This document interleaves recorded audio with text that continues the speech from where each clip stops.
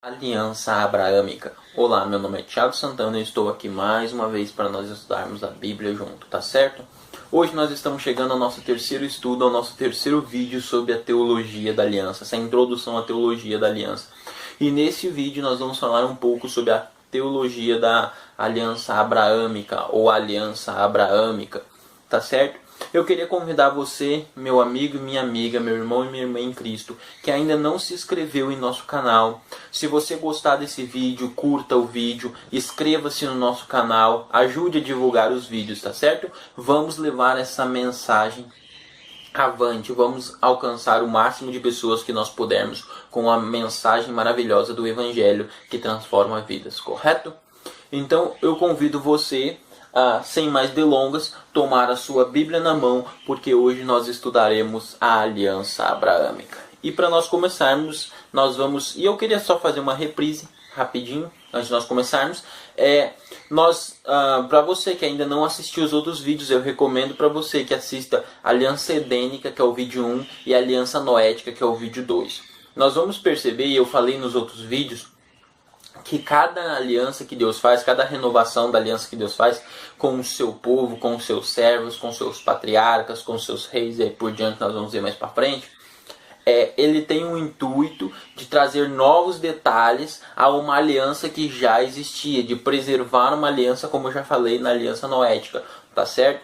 E trazer mais detalhes. Na aliança de Abraão não vai ser diferente, tá certo? E aí nós vamos estar estudando. Então, para você compreender bem toda a aliança e toda a questão da teologia da aliança, não que eu esteja exaurindo, porque é um tema muito amplo, eu estou aqui mais fazendo um apanhado, fazendo uma introdução para que você possa entender o que é a teologia da aliança, o que são as alianças, né? Para que você possa se aprofundar e ter uma direção, ter um norte para se aprofundar nesse estudo, tá certo?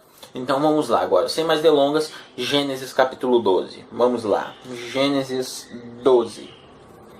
Gênesis 12, livro de Gênesis, que é o meu livro preferido, meu livro favorito é o livro de Gênesis.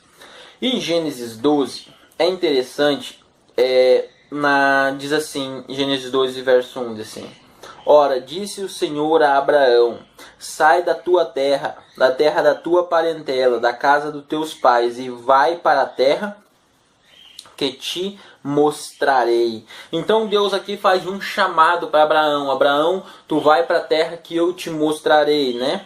E aí vai aparecer uma expressão bem interessante que nós vamos ver mais para frente, ler-lehá, né? Vai por ti mesmo. Nós vamos ver um pouco mais para frente aí, tá certo? No verso 2 ele diz assim: de ti farei uma grande nação, e te abençoarei, e te engrandecerei o nome. Se tu uma bênção. Abençoarei os que te abençoarem, né? Os que te abençoarem. E amaldiçoarei os que te amaldiçoarem. Em ti serão benditas todas as famílias da terra. Olha só que bênção linda. Deus chama Abraão. Abraão, vai por ti mesmo, ler-lehá, vai para aí, para um lugar que eu te mostrarei. E de ti eu farei grande nação. É interessante que essa palavra nação aqui no original hebraico, ela é goi. Goi, ela sempre aparece no Antigo Testamento relacionada a nações gentílicas, ou seja, que não faziam parte do povo de Israel, tá certo? E geralmente quando é usado para Israel no Antigo Testamento é usado an, a palavra an, que é povo. E mais aqui, quando Deus promete que ia fazer de Abraão uma grande nação, ele diz: Abraão, farei de ti goi. Ou seja, é bem interessante nós analisarmos isso e vai corroborar com o final do verso 3. Porque ele diz assim: em ti, Abraão, serão benditas todas as famílias da terra.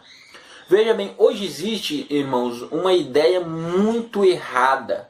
Uma ideia muito errada de que as bênçãos prometidas a Israel, a aliança feita com Israel, é uma aliança feita com Israel e os gentios estão excluídos da aliança. Quando Cristo vem, ele faz novas promessas para os gentios, e os gentios é uma coisa, Israel é outra. Não, nunca foi o desejo de Deus fazer separação entre Israel e o povo.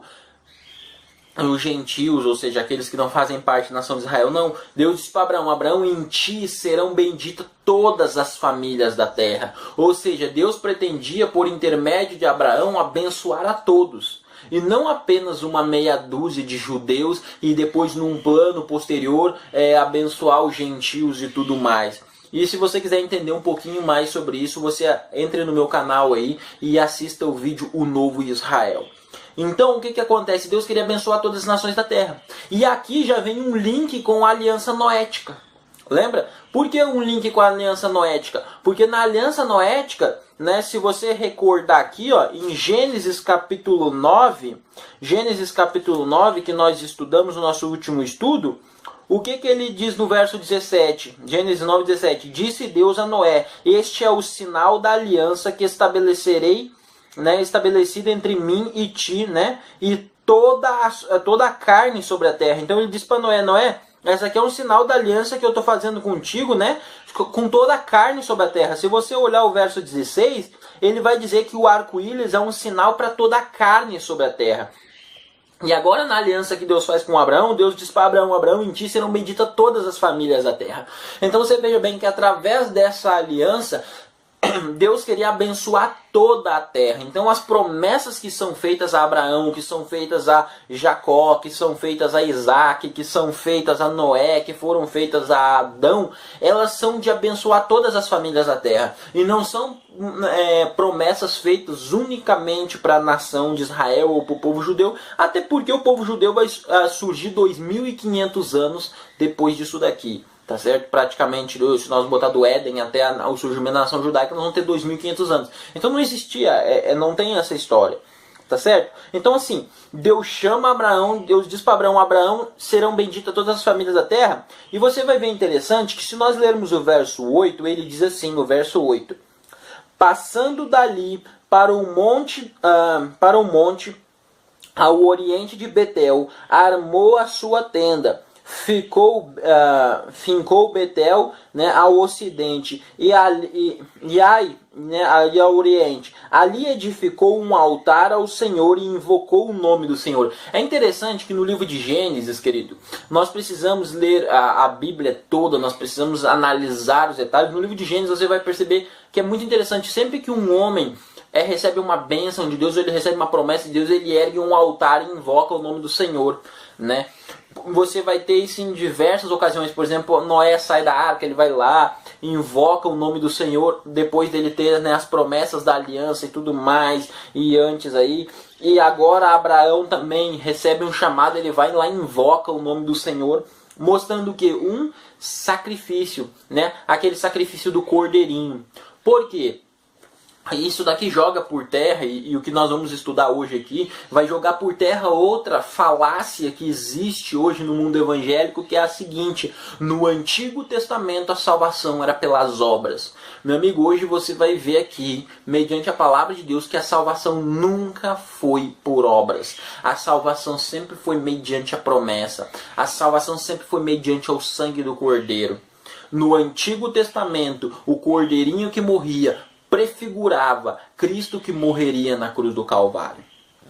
Nós vamos ver isso mais para frente com mais detalhes. E essa questão de invocar o nome do Senhor, lembra, eu disse para você a recém que o plano de Deus era abençoar todos os povos por intermédio da aliança abraâmica, por intermédio de Abraão, por intermédio do chamado Abraão. E você vai ver isso, e essa questão do sacrifício aqui que Abraão faz, você vai ver que Deus tinha um desejo que todas as nações oferecessem, todos os povos oferecessem sacrifício a ele. Sanfonias capítulo 3, versículo 9. O livro de Sanfonias está entre os profetas menores após o livro de Daniel, tá certo? Sanfonias capítulo 3, versículo 9, eu quero te convidar aí. Esses livros aqui o pessoal tem um pouquinho de dificuldade de achar, não é verdade?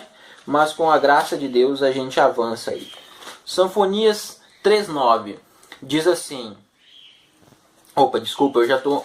Sanfonias 3:9 diz assim: então darei lábios puros aos povos, para que todos invoquem o nome do Senhor e sirvam de comum acordo. Então, nós vemos claramente que a vontade de Deus qual era? Que todos os povos invocassem o seu nome e servissem a ele de comum acordo. A promessa de Deus no Antigo Testamento não era simplesmente para os judeus, né? Como muitos pretendem, não, era o judeu e as outras nações eram excluídas, e aí no Novo Testamento vem os apóstolos e agora... Não, a salvação de Deus sempre foi para todos. O que Deus fez unicamente ali foi pegar um povo, pegar algumas pessoas para pregar para outras. Ou seja, por exemplo, Deus chama Abraão, mas não chama todo mundo. Mas é Abraão por causa de todo mundo. Olha, não é todos os homens, mas é Abraão. E é Abraão por causa de todos os homens. Entende? Então, é Israel e não é todos os povos. Mas é Israel por causa de todos os povos. Entende? Por isso que aparece a palavra Goi quando ele diz que vai fazer dele uma grande nação. Por quê? Porque o objetivo de Deus não era alcançar somente a nação de Israel. O objetivo de Deus no Antigo Testamento não era salvar Israel somente. O objetivo de Deus era salvar todas as famílias da terra, como vai denotar o verso 3 de Gênesis 12.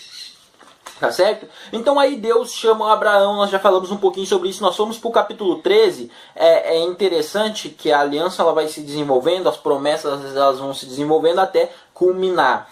E no verso 13, é interessante, verso 16, ele diz assim, farei a tua descendência como o pó da terra, de maneira que se alguém puder contra o pó da terra, né, então se contará também contra a tua descendência. Então diz assim, Abraão, de ti a tua descendência vai ser como o pó da terra, ou seja, você vai ser gigante. Se nós formos aqui, é interessante, aí agora vai ter a questão da aliança em Gênesis capítulo 15, que nós vamos dar uma analisadinha. Porque Deus agora vai fazer uma aliança com Abraão, e Deus prometeu para Abraão que através dele faria bendita todas as nações da terra e tudo mais que nós já falamos. Interessante eu dar uma pinceladinha aqui numa coisa. Eu havia falado previamente que nós íamos ver que a salvação nunca foi por obras. E o próprio Abraão não foi justificado por obras. Você veja bem, se nós olharmos no verso capítulo 13, no capítulo 15, versículo 6, ele diz assim, ele creu no Senhor e isso lhe foi imputado por justiça. Creu, Abraão teve fé no Senhor e por isso foi imputado por justiça.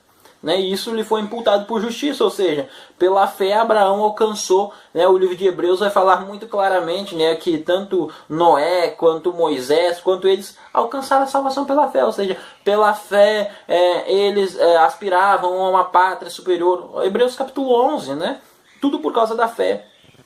Se nós olharmos aí no decorrer, nós vamos ver que no verso 9 até o versículo 11 do capítulo 15, Abraão pega pássaros, pega os animais e parte ao meio. Aqui é interessante nós notarmos uma coisa, é que no Antigo Testamento e no Antigo Oriente, né, Oriente Médio lá, o pessoal quando eles iam fazer uma aliança, eles cortavam o animal no meio e passavam entre o animal, entende? Eles cortavam o animal e passavam no meio do animal. Por quê? Com aquele ato eles estavam dizendo o seguinte, olha, se eu quebrar a aliança com você, eu vou ficar como esse animal, eu vou ser partido ao meio. E é interessante que essa mesma forma de aliança, Deus vai fazer com Abraão. E aí é até interessante que aí vem a palavra, né, berit, né, que é a aliança, né, e tem a outra palavra que acompanha, geralmente aí quando nós vamos ler aliança e tudo mais, é karak berit, cortar uma aliança, entende? Então, cortar uma aliança. Por que cortar uma aliança? É interessante, o animal era cortado ao meio e eles passavam no meio. E aí, como eu havia já dito, eles passavam ali e eles diziam o seguinte, olha, se eu quebrar essa aliança, se eu quebrar isso daqui, então eu vou ser como esse animal cortado ao meio. E Deus, no início do versículo 12... E o versículo 13 em diante nós vamos ver que Abraão cai no sono e agora Deus vem e faz aliança com Abraão. Ou seja, é interessante porque Deus passa no meio dos animais, né? Ele vem em fogo e tudo mais ali, e passa no meio dos animais. Ou seja, Deus se comprometendo com o homem, Deus se comprometeu com o homem numa aliança de misericórdia eterna, de amor eterno, assim como ele fez com Noé. Então, isso aqui é muito bacana, né? E é interessante porque o quê? Se o homem quebrasse a aliança, quem é que deveria ser partido ao meio? O homem. Mas diversas vezes no Antigo Testamento nós vemos o povo quebrando a aliança. E quem foi partido ao meio? O próprio Deus, Jesus Cristo. Por isso, irmãos, é outra coisa, por isso que é maravilhoso nós estudarmos a teologia da aliança, conforme a gente vai falando, a gente vai trazendo detalhes. Por isso que é maravilhoso e nós estudarmos isso aqui, nós vemos uma coisa. Se Jesus não fosse Deus, ele não poderia morrer. Porque quem fez a aliança com o homem foi Deus. Quem deveria ser partido ao meio? Deus. Somente Deus poderia pagar o preço naquela cruz. E por isso que o livro de Daniel, capítulo 9, quando vai falar que o Messias seria cortado do povo, aparece a palavra karak, cortado, morto. Ele era Deus encarnado. Tá certo? Uma breve palhinha aí para você se aprofundar e buscar mais um pouquinho disso daí. Tá certo? E aí é interessante que ele vai falar no verso 2, no verso 3, ele diz assim: então lhe foi dito, sabe com certeza que a tua prosperidade será peregrina em terra alheia e será reduzida à escravidão e será afligida por 400 anos. Né? Aí no verso 16 diz assim: na quarta geração tornará para aqui, porque não se encheu a iniquidade dos amorreus. Então aqui é interessante, Deus promete uma terra para Abraão, mas ele diz assim: Abraão, a tua descendência não vai herdar imediatamente a terra, só a partir depois de 400 anos, de quatro gerações, porque não se encheu a medida da iniquidade dos amorreus. E aqui é interessante nós notarmos uma coisa, o que é esses 400 anos? Esses 400 anos são os 400 anos que o povo de Israel vai ficar escravo do faraó, vai ficar escravo no Egito, vai sofrer perseguição, vai sofrer tudo mais. E por que isso é importante? E eu quero botar outra coisa aqui dentro. Na questão seguinte, querido, dos mandamentos de Deus. Hoje existe uma ideia totalmente errada no mundo evangélico, que é a seguinte: os mandamentos foram dados em Êxodo 20, é o decálogo, e isso foi dado para Israel. Querido, se você ler Gênesis capítulo 2, quando nós estudamos a aliança edênica, Deus foi o primeiro a descansar no sábado. Não que Deus estivesse cansado e tudo mais, e aí eu poderia falar muito sobre isso, mas Deus foi lá e deu o exemplo, descansou no sábado, ele deu o sábado para Adão e Eva. Se nós lermos por exemplo, Gênesis 26, versículo 5, diz assim, você quer ver? Abraão guardava os mandamentos de Deus. Diz assim, Gênesis 26, versículo 5, porque Abraão obedeceu a minha palavra e guardou os meus mandamentos, os meus preceitos, os meus estatutos e as minhas leis. Querido, Abraão guardava os mandamentos de Deus. Até porque o apóstolo Paulo diz em Romanos o seguinte, Romanos capítulo 7, lá 7, 8, Paulo diz assim: aonde não existe lei, não existe pecado. Se não existisse lei no Éden, como que Deus ia dizer para Adão e Eva que eles tinham pecado? Né? Se não existisse uma aliança, uma lei, ele como?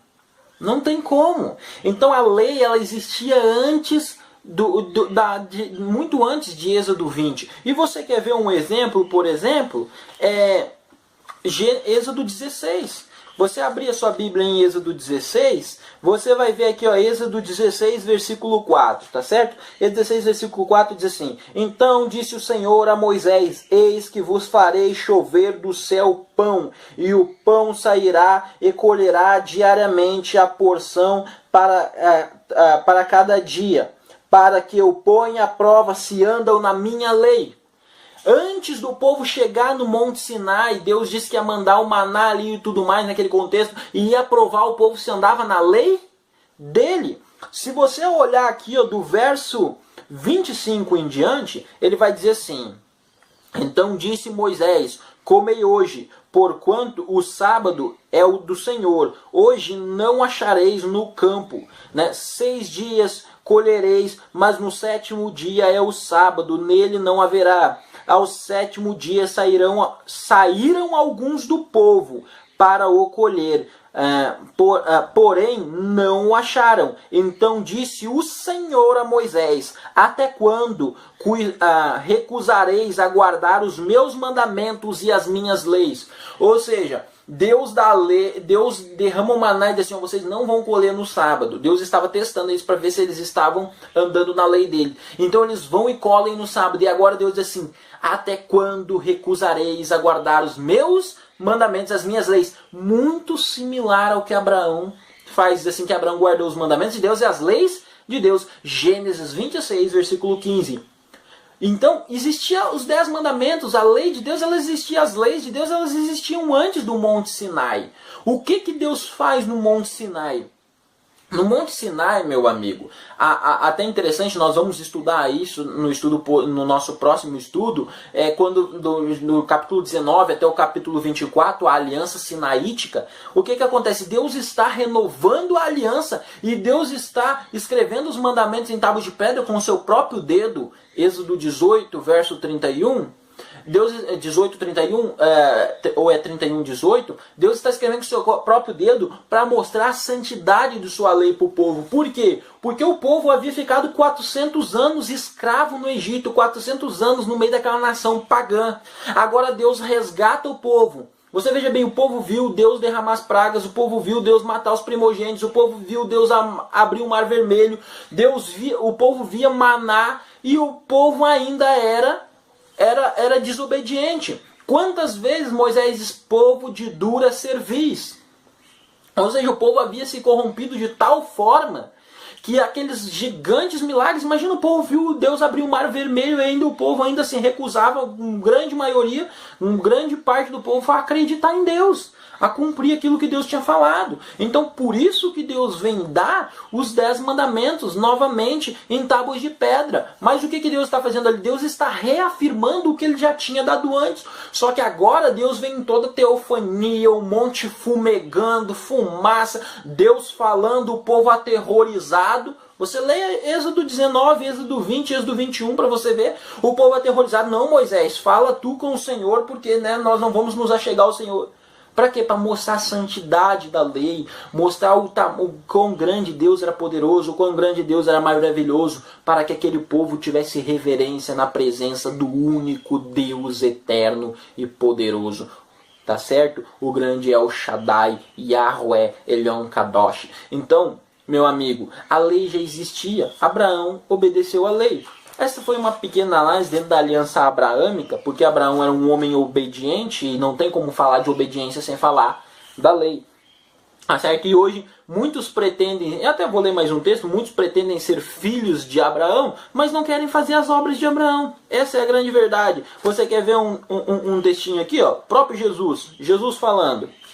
Tá certo? Jesus falando. João 8,39. Isso aqui Jesus está falando para os judeus, tá certo? Jesus falando para os judeus, ele diz assim: então lhes respondeu nosso pai é Abraão. Disse-lhe Jesus: se sois filhos de Abraão, praticai as obras de Abraão. Querido, os judeus em certo momento disseram assim para Jesus: olha, nós somos filhos de Abraão e tudo mais. E Jesus disse: ah, vocês são filhos de Abraão, é? Então tá bom, então façam as obras de Abraão. E as obras de Abraão o que? Abraão obedecia pela fé, Abraão cria no Senhor, Abraão guardava os mandamentos, as leis e a palavra do Senhor. Queremos ser descendentes de Abraão? Então, que lhes sirva as palavras de Cristo para mim e para você. Se quereis ser filhos de Abraão, praticai as obras de Abraão. E os filhos de Abraão, nós já vamos ver como que eles são filhos de Abraão. Tá certo? Então, no capítulo 17, nós vimos aí um pouquinho, Deus faz aliança com Abraão. Vimos um pouquinho da obediência. E quando chegar ao verso 17, é interessante que ainda assim, far-te-ei fecundo extraordinariamente, né? De ti farei nações e reis procederão de ti. É interessante porque ele vem e vai falar que reis procederão, né, de Abraão. E aí nós vamos ter, por exemplo, nós podemos ler crônicas, né? 1 Crônicas 28, versículo 5. 1 Crônicas 28, versículo 5. Aqui é a Bíblia, meu amigo. Nós temos que folhear a Bíblia. Eu sei que é muito verso e assim mesmo eu estou lendo pouco. Nós temos que Bíblia mesmo, assim.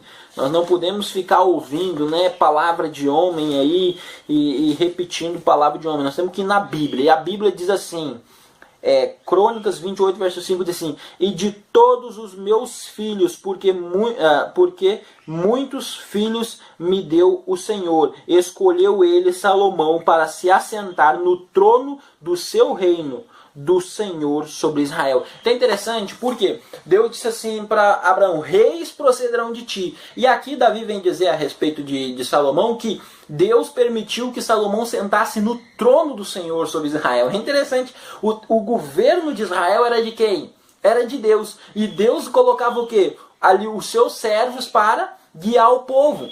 E esse servo, ele é um tipo de quem? É um tipo de Cristo que virá lá na frente. Por quê? Porque Cristo era o rei. Cristo era que guiaria, ou seja, é um aspecto do ministério de Cristo, porque nós vamos ver que a aliança toda ela prefigura a vinda de Cristo, tudo está apontando para a vinda de Cristo e para o ministério de Cristo até a conclusão de tudo. E Cristo é sacerdote, Cristo é rei, né? Paulo vai dizer em 1 Coríntios capítulo 15, né? Então, Cristo é sacerdote, Cristo é rei, Cristo é sumo sacerdote, Cristo é cordeiro, Cristo é tudo, né? É muito bacana nós analisarmos isso, né? Que esses reis procederão de ti, ele está falando dos reis de Israel que eram fiéis a Deus, claro, que foram homens que tiveram um coração circuncidado, né? Que tiveram um coração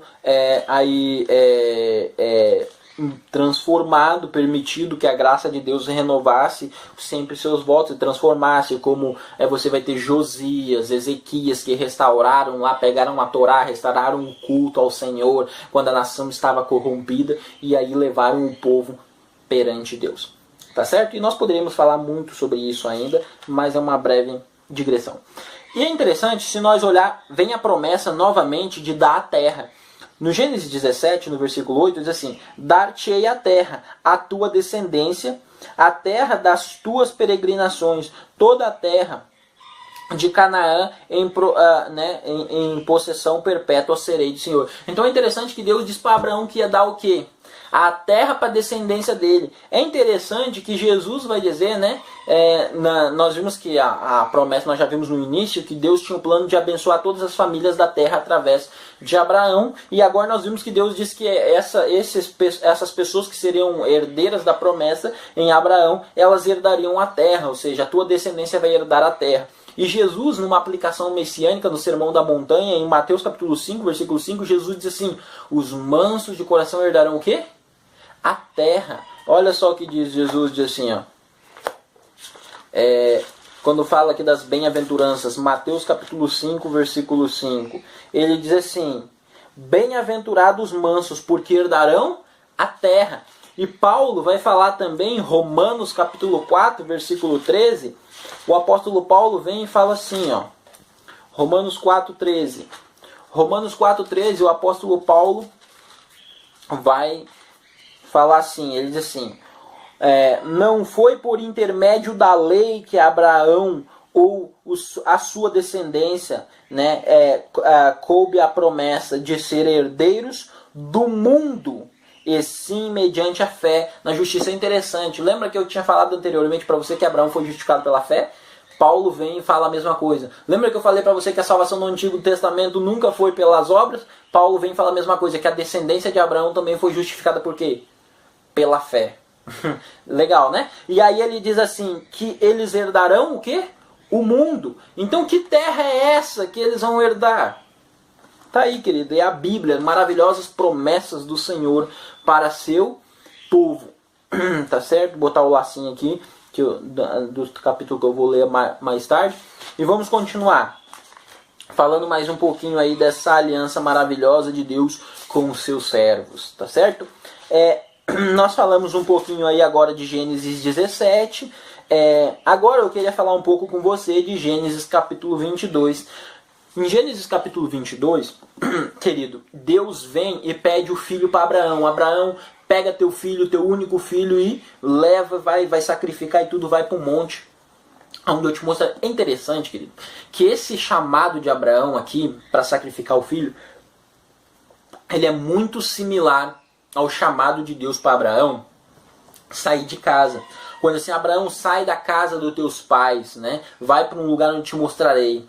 Os dois estão relacionados com família. Sai da casa do teu pai, agora sai da tua casa, pega teu filho, ou seja, relacionado com família. E aqui vai aparecer uma palavra, né, que só aparece duas vezes na Bíblia. Essas duas palavras só vai aparecer duas vezes na Bíblia. E é nesses dois chamados ler, lerá, vai por ti mesmo. Ou seja, leva o teu filho, Abraão, para sacrificar.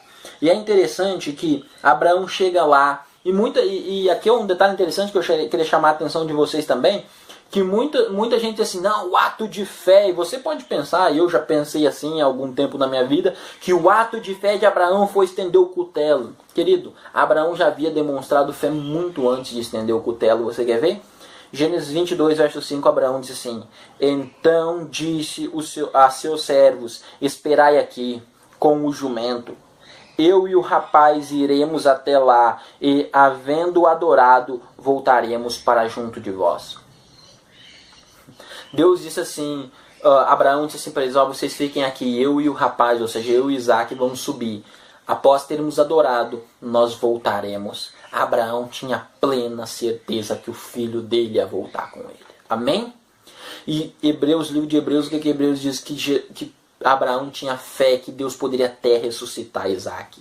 É interessante que Isaac pergunta, né, na continuação, eu chego a me arrepiar quando eu estudo isso aqui, querido, é lindo demais. Isaac pergunta assim para o pai, pai, cadê o cordeiro? Estamos aqui, cadê o cordeiro? E Abraão vira para Isaac e diz assim, Deus proverá o cordeiro para si.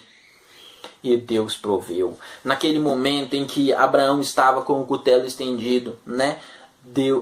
O anjo clama, Abraão, Abraão, Abraão, não estendas a mão sobre o menino, pois agora sei que temes a Deus, não me negaste o teu último filho. Abraão vira para trás, e o que está atrás dele? O cordeiro, né? O cordeiro.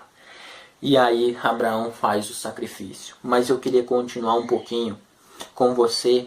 O verso 14 diz assim, e pôs Abraão por nome aquele lugar, o Senhor proverá. Daí dizer-se até o dia de hoje, o nome do monte, o Senhor proverá. Adonai Yeru, né? Proverá Yeru em hebraico. Isso aqui é lindo demais, querido. Querido, ele é lindo demais, ele é bonito demais. Por que é lindo demais? Quando você estuda aqui esse monte Yeru, ele está no lado de uma cidade chamada Salem. Tá certo? Em pouquíssimas ocasiões depois disso, Salem foi chamada somente de Salem. Virou Jerusalém. Que quer dizer o quê? Jerusalém. E aqui é interessante que em hebraico parece um plural dual, quer dizer Jerusalém de cima e Jerusalém de baixo. Jerusalém. Porque Deus proveu o cordeiro. Sabe o que isso estava mostrando, querido?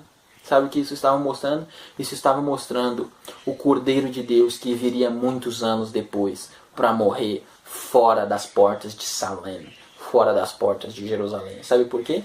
Abra sua Bíblia, Levítico capítulo 4. Eu vou ler um texto sobre o santuário e depois sobre o sacrifício levítico e depois eu vou levar você ao Novo Testamento. Levítico capítulo 4, versículo 12. Se eu não estou enganado, me falha a memória, seria isso. Levítico 4, versículo 12. Deixa eu me ver aqui. Isso. Diz assim, a saber, o novilho todo levará para fora do arraial, a um lugar limpo, onde se lançará a cinza e o queimará sobre a lenha. Será queimado e onde se lançará a cinza. É interessante que o cordeiro ele é queimado fora do arraial do povo de Deus. Agora olha o que eu creio, o livro de Hebreus foi escrito pelo apóstolo Paulo. O livro de Hebreus fala que o apóstolo Paulo fala, Hebreus capítulo 13, versículo 12 e 13, diz assim, por isso foi que Jesus também, para santificar o povo, pelo seu próprio sangue, sofreu fora das portas. Saímos, pois, a ele fora do arraial, levando o seu vitupério. Jesus foi morto fora das portas de Jerusalém. E é interessante, né? Abraão sacrificou no lado da cidade de Salém, que depois Jerusalém se tornaria Jerusalém. E só que o monte era fora de Salém. Abraão sacrificou, fez o tipo do sacrifício do seu filho ali. Deus proveu o cordeiro para si. E aquele Deus proverá o cordeiro para si, querido. Abraão estava fazendo uma profecia aí, não sei se sem saber, mas naquele momento eu creio que ele foi inspirado pelo Espírito Santo ao dizer: Deus proverá o cordeiro para si. E muitos anos depois vem Cristo e morre fora de Jerusalém. Não quero dizer aqui que Cristo foi morto exatamente nesse monte. Não sei, tá certo? Os próprios arqueólogos e especialistas no assunto discutem isso, e tem 2 lugares aí que os arqueólogos sérios, a gente pode falar em outro momento, suspeitam que pode ter sido.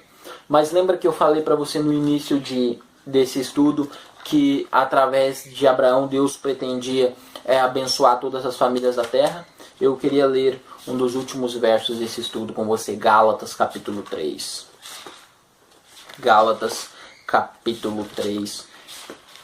E é um dos textos que eu gosto mais da Bíblia. Gálatas capítulo 3, versículo 26 em diante, diz assim: Pois todos vós sois filhos de Deus, mediante a fé em Cristo Jesus. Porque todos quantos fostes batizados em Cristo, de Cristo vos revestistes. De sorte não pode haver judeu nem grego, nem escravo nem liberto, nem homem nem mulher, porque todos vós sois de Jesus. E se sois de Cristo, também sois descendentes de Abraão e herdeiros segundo a promessa. Amém? Querido, quando você aceita Jesus Cristo, você é herdeiro de todas as promessas feitas a Abraão. Maravilhoso, não é? E nós estamos entre aquelas pessoas que seriam abençoadas por intermédio de Abraão. Por quê? Porque aceitamos a Cristo e fomos batizados. É maravilhoso isso, não é? E um dos sinais da aliança abraâmica é o que? A circuncisão, né? Deus prometeu para Abraão que Deus falou para Abraão circuncidar, cortar o prepúcio de Abraão circuncida, e o povo judeu era circuncidado. É interessante que muitas pessoas pensam que essa circuncidão era, ela diz assim: não, no Novo Testamento isso é na carne, é no coração, mas no Antigo Testamento isso daí é na carne. Eu vou mostrar uma coisinha para você aqui, que o plano de Deus desde o início era circuncidar o coração daquele povo. Se eu ainda me lembrar do texto, versos 5 e 6, deixa eu ver, isso. Deuteronômio, dentro da Torá, isso aqui eu estou lendo na Torá, Deuteronômio capítulo 30, versículos 5 e 6, diz assim: O Senhor teu Deus te introduzirá na terra que teus pais possuíram, e a possuirá, e te fará bem, multiplicará mais do que teus pais. O Senhor teu Deus circuncidará o teu coração e o coração de tua descendência, para amares o Senhor teu Deus de todo o coração, de toda a tua alma, para que vivas. É interessante aqui, Deus, o plano do Antigo Testamento, querido, nunca foi Deus circuncidar simplesmente a carne. A Torá não ensinava isso. Quem ensina isso hoje são os líderes evangélicos que têm pouco conhecimento da Torá. Porque Deus sempre quis circuncidar o coração de seus filhos. Para quê? Para eles guardarem os mandamentos de Deus, para eles guardarem as leis de Deus, né? E aí eles herdariam a terra que Deus prometeu a Abraão. Entendeu? Deus queria circuncidar o coração. Abraão tinha um coração circuncidado. Abraão era um homem obediente à lei de Deus, o amor por Deus, a fé estava no seu coração. A circuncidão era apenas um sinal.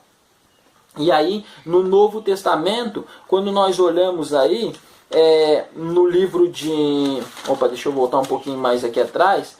No livro de Colossenses. O livro de Colossenses vai falar sobre a circuncisão, né? Colossenses 3:11 e tantos outros, que Deus circuncidou o coração, que o que vale não é a circuncisão da carne, e sim a circuncisão do coração. Por quê? Querido, quando nós temos o coração circuncidado, nós guardamos a Torá. Quando nós temos o coração circuncidado, nós guardamos os mandamentos de Deus como Abraão guardou. Quando nós temos o coração circuncidado, nós seguimos o conselho de Cristo. Se sois filhos de Abraão, guardai as obras de Abraão.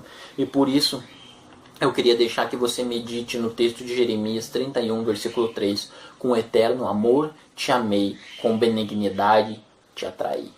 O Senhor quer te atrair pelo amor, para que você tenha um coração circuncidado e obedeça a lei dele, mas a lei dele por completo. Claro que tem muitas coisas que se cumpriram em Cristo, mas os 10 mandamentos da lei moral estão em vigor até hoje.